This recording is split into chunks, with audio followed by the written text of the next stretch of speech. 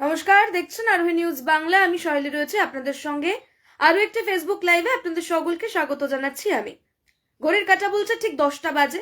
নিশ্চয়ই আরো একটি বিষয় রীতিমতো রাজ্য রাজনীতিতে তোলপাড় করে দিয়েছে, শোরগোল ফেলে দিয়েছে।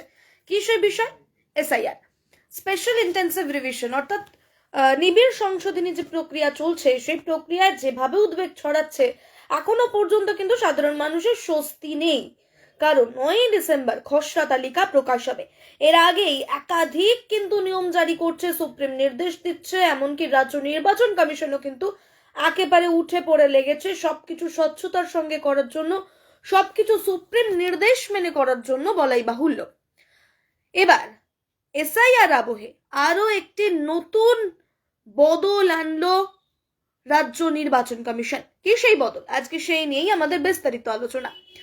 এই নতুন ভোটাররা যারা এই 2025 সালে অ্যাডাল্ট হচ্ছেন, যারা সাবালক হচ্ছেন, যারা নাগরিকত্বের জন্য অ্যাপ্লাই করবেন, অর্থাৎ নতুন ভোটার হবেন, সেই সমস্ত ভোটাররা কি দিয়ে ফর্ম ফিল আপ করবেন, এবং তাদের জন্যই কিন্তু এই নতুন নিয়ম চালু করা হয়েছে। যারা নতুন ভোটার তাদের জন্য নতুন নিয়ম চালু হচ্ছে, নতুন বদল এনেছে রাজ্য নির্বাচন কমিশন। আপনাদেরকে বলে রাখি, গতকালেরই একটি আপডেট ছিল, আমরা আপনাদের সামনে তুলে ধরেছি, আমি আপনার সাথে লাইভে শেয়ার করেছি যে সুপ্রিম কোর্ট নির্দেশ দিয়েছেন, তারা জারি করেছেন যে আধার কার্ড কখনোই নাগরিকত্বের প্রমাণ হতে পারে না। এটি শুধুমাত্র ভোটারের ক্ষেত্রে পরিচয় জ্ঞাপক নথি হতে পারে, কিন্তু সম্পূর্ণ বা নাগরিকত্বের অধিকার কিন্তু ভোটার কার্ড, আধার কার্ড হতে পারবে না। তো সেই ক্ষেত্রে তারপরে কিন্তু নড়ে চড়ে বসেছে রাজ্য নির্বাচন কমিশন, এবং রাজ্য নির্বাচন কমিশন সুপ্রিম নির্দেশের পরেই নির্দেশ জারি করেছে, একটি বিজ্ঞপ্তি জারি করেছে। সেখানে বলা হয়েছে রাজ্যের সমস্ত নতুন ভোটার যারা নাম তুলবে তাদের ক্ষেত্রে কিন্তু আধার কার্ড ইজ মাস্ট, অর্থাৎ তাদের জন্য কিন্তু আধার কার্ড একেবারে গুরুত্বপূর্ণ নথি হয়ে দাঁড়াচ্ছে। কারণ এখন থেকে কিন্তু কোনোভাবেই আর অফলাইনে ফর্ম ফিল আপ করা যাবে না, অর্থাৎ হাতে কলমে ফর্ম 6 পূরণ করা যাবে না। সবটাই আপনাদের করতে হবে অনলাইনে, অর্থাৎ ডিজিটালাইজেশনের মাধ্যমে, ডিজিটাইজেশন করে সম্পূর্ণভাবে কিন্তু ডিজিটাল ভাবে কিন্তু এই আধার কার্ড মাধ্যমে, আধার কার্ড দিয়ে নতুন ভোটাররা ভোটার কার্ডের জন্য নামের অ্যাপ্লাই করতে পারবেন। এবং এর পাশাপাশি শুধুমাত্র আধার কার্ডই নয়, এই আধার কার্ড পাশাপাশি যে সমস্ত বাকি নথিগুলোও দিতে হতো, অর্থাৎ যে সমস্ত নথি কমিশনকে জমা করতে হতো ভোটার কার্ড তৈরির সময়, সেই সমস্ত নথি অবশ্যই দিতে হবে। কিন্তু আধার কার্ড কিন্তু গুরুত্বপূর্ণ হয়ে দাঁড়াচ্ছে এখানে। আধার কার্ড ছাড়া কিন্তু কোনোভাবেই চলবে না, কারণ নির্বাচন কমিশন বলছে ই সাইন, এই ই সাইনটা কিন্তু খুব জরুরি হয়ে যাচ্ছে, এবং যার জন্য আধার কার্ডের নম্বর দিয়ে ওটিপি দিয়ে রেজিস্ট্রেশন করতে হবে, এবং তারপর ই সাইন দিয়ে পোর্টালে ঢুকে ফর্ম 6 পূরণ করতে হবে, তারপর আবেদন করতে হবে নতুন ভোটার কার্ডের জন্য। আপনারা ঠিকই শুনলেন, এবং এমনটাই কিন্তু নির্দেশ দেওয়া হয়েছে রাজ্য নির্বাচন কমিশনের তরফে। নির্বাচন কমিশন জানিয়ে দিয়েছে যে সকল নতুন ভোটারদের জন্য কিন্তু আধার কার্ড খুবই গুরুত্বপূর্ণ হয়ে দাঁড়িয়েছে। এবং এর পাশাপাশি আরো একটা খবর আপনাদেরকে দিয়ে দিই, রাজ্যের যে এসআইআর আবহে এই এসআইআর নিয়ে যেভাবে উদ্বেগ ছড়াচ্ছে, যেভাবে প্রতিকূল পরিস্থিতির আমরা সামনাসামনি হতে পারছি, তেমনি কিন্তু অনেক বিএলওরা নিজেদের কাজ কিন্তু সময়সীমার আগেই শেষ করে দিয়েছেন, এবং সেই সমস্ত বিএলওদের কিন্তু রাজ্যের মুখ্য নির্বাচনী আধিকারিকের তরফ থেকে সম্মান জ্ঞাপনও করা হয়েছে, পুরস্কারও দেওয়া হয়েছে।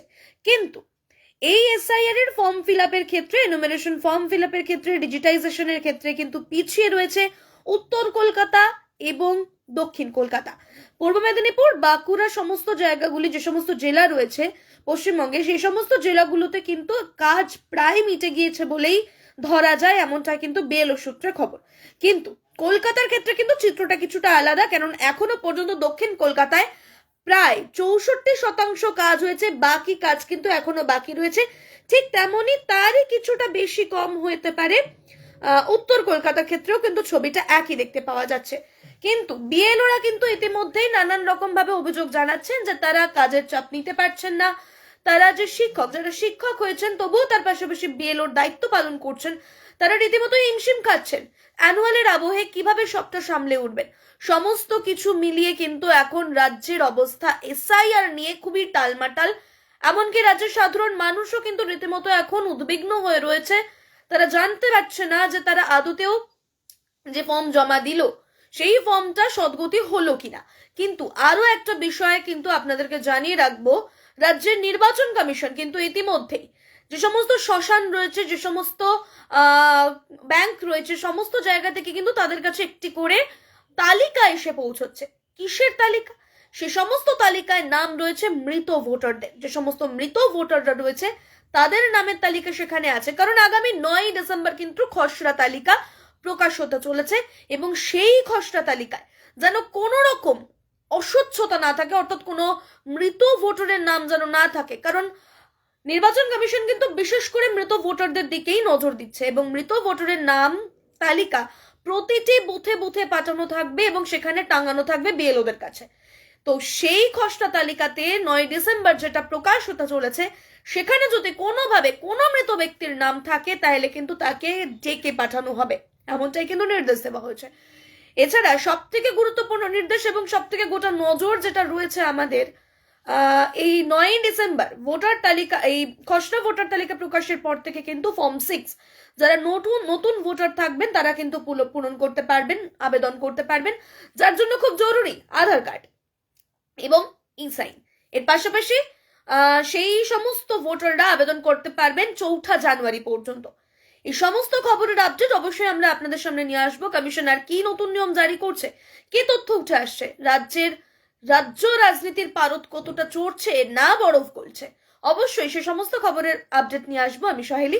নজর রাখুন আরোহী নিউজ বাংলার পর্দায়, এবং যার জন্য আপনাদের আমাদের চ্যানেলটিকে ফলো করতে ভুলবেন না, লাইক শেয়ার সাবস্ক্রাইব করতেও ভুলবেন না আমাদের ইউটিউব চ্যানেলটিকে। দেখতে থাকুন আরোহী নিউজ বাংলা।